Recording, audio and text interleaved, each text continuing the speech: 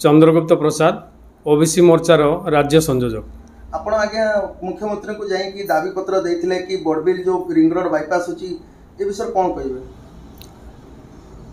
बड़बिल तरफरु बड़बिलवासी तरफरु मु माननीय मुख्यमंत्री श्री मोहन चरण माझी को तांको बासभवन रे भेटी बड़बिल जो प्रतीक्षित अच्छी आमर रिंग रोड बाईपास आज 20 रु 25 वर्ष है लोक दाबी कर ताहा फाइल रे मध्य आज भी पड़ी रही।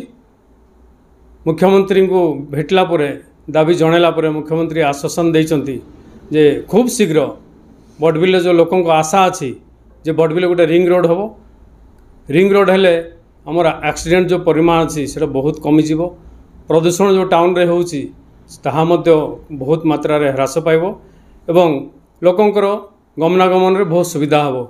यही कथा को हृदयंगम करी माननीय मुख्यमंत्री यथाशीघ्र आरंभ करने आम दाबी जनइछु एवं मुख्यमंत्री आश्वासन देइछंती जे बड़बिल रिंग रोड बहुत शीघ्र हम।